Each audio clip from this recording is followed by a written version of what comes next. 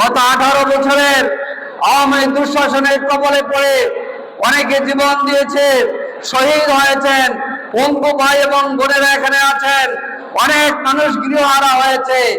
এই যে গণবিরোধী কাজ করার কারণে যারা বাংলাদেশ থেকে ভারতে বিতাড়িত হয়েছে, আজকে তাদের জন্য বিজয় দিবস আফসোসের, আমাদের জন্য বিজয় দিবস আনন্দে।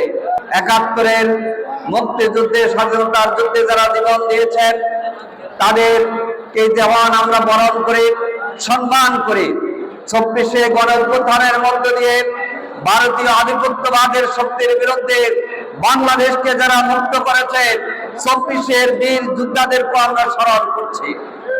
আজকে আমরা দোয়া করছি 26-এর গণঅভ্যুত্থানের অন্যতম নায়ক, আধিপত্যবাদী শক্তির বিরুদ্ধে সোচ্চার কণ্ঠ আমার প্রিয় ভাই, বলিষ্ঠ কণ্ঠস্বর শরীর ওসমান হাদিকে আল্লাহ তাআলা তাকে সুস্থতার পরিপূর্ণ নিয়ামত দান করুন।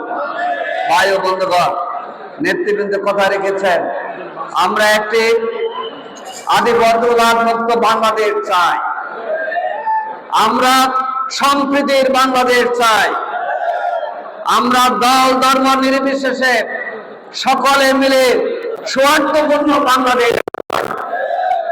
গত 54 বছরে যারা দেশ শাসন করেছে, 71-এর কথা বলে যারা বাংলাদেশের মানুষকে শাসন ক্ষমতায় এসে দুর্নীতি উপহার দিয়েছে, আমরা জনগণকে বলতে চাই, এই বিজয় দিবসের অঙ্গীকার হবে দুর্নীতি মুক্ত বাংলাদেশ। এই বিজয় দিবসের অঙ্গীকার হবে বৈষম্য মুক্ত বাংলাদেশ। এই বিজয় দিবসের অঙ্গীকার হবে তারেন্না নির্ভর বাংলাদেশ। এই বিজয় দিবসের অঙ্গীকার হবে আলেম ওলামাদের সম্মান এবং ইজ্জতের বাংলাদেশ। সংগ্রামী ভাই ও বন্ধুগণ, আজকের মানবিক বাংলাদেশের উপকার এবং স্বপ্নদ্রষ্টা ডাক্তার শফিকুর রহমানের নেতৃত্বে আমরা একটি ইনক্লুসিভ অন্তর্ভুক্তিমূলক বাংলাদেশ গড়ে তুলতে চাই, যে বাংলাদেশের সকল নাগরিকের মর্যাদা এবং সম্মান সমুন্নত হবে ইনশাআল্লাহ।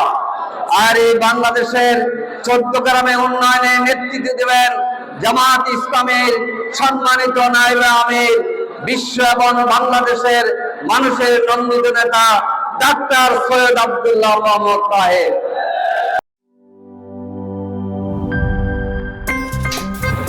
আমার একটা স্মার্ট সিদ্ধান্তে 25% গ্যাসের খরচ কমেছে। ভাবছেন কিভাবে? সাধারণ গ্যাস স্টোভ বদলে আমি এনেছি আরএফএল গ্যাস স্টোভ। এর সাইন্টিফিক নজল ও ব্রাস বার্নার ক্যাপ সমানভাবে তাপ ছড়িয়ে রান্না করে দ্রুত, তাই গ্যাসও বাঁচায় 25%, টাকাও বাঁচে 25%। আরএফএল গ্যাস স্টোভ, নিরাপদ ও গ্যাস সাশ্রয়ী।